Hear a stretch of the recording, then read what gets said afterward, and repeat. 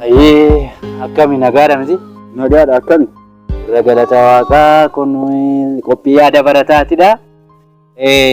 Akkami mana barnootaatti galaarta nutti fakkaata?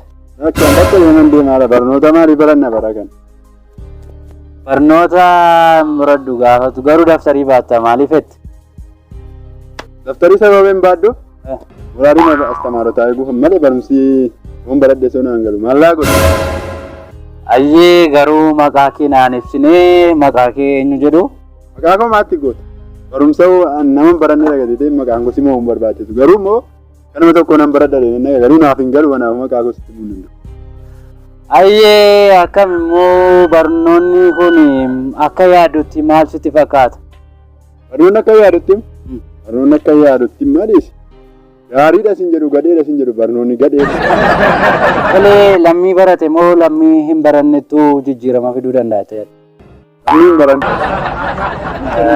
Sababni isaas maali jechuu dandeessaa? Sababni isaa akkamittiin hin jedha beektaa? Tokko durii namni barate biyya jijjiiraadha. Amma akkamittiin baranne biyya jijjiira. Duri korrojaadhaan biyya jijjiirama. Amma korrojaan sun hin dhaabbate gadi ta'eef akkamittiin biyya jijjiiruu dandeenya. Kanaafiyyuu sammuun keenya gadhiiseera amma sababa kanaafiyyuu. Lammiin baranne biyyaa bulchuu barbaada har'an. Sababa kanaaf barumsi nuu ta'an jiru jette. Ayyee seera haaraa bahe kanarratti immoo yaada akkamii qabda? Yeroo ammaa bakki qormaataas iddootti baratamu miti.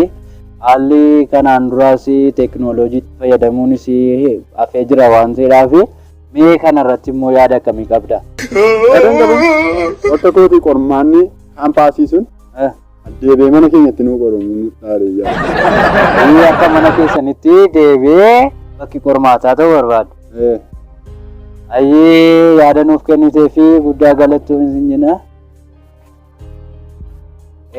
Garuu maqaa kee amma hunaatti sirriitti nuun ibsine. Maqaa koo? Korrojaa Barataa. Barataa Korrojaa. Galatoomi yaada keetii fi ashamaa dhaggeeffattoota daawwattoota qophii yaada barataarraa akka waa baratanii abdii guutuu qabna. Sagantaan keenya akka itti fufetti jira. Amma torban deebinee walitti wal agarruutti hangasitti turtii gaarii nagaan oolaa.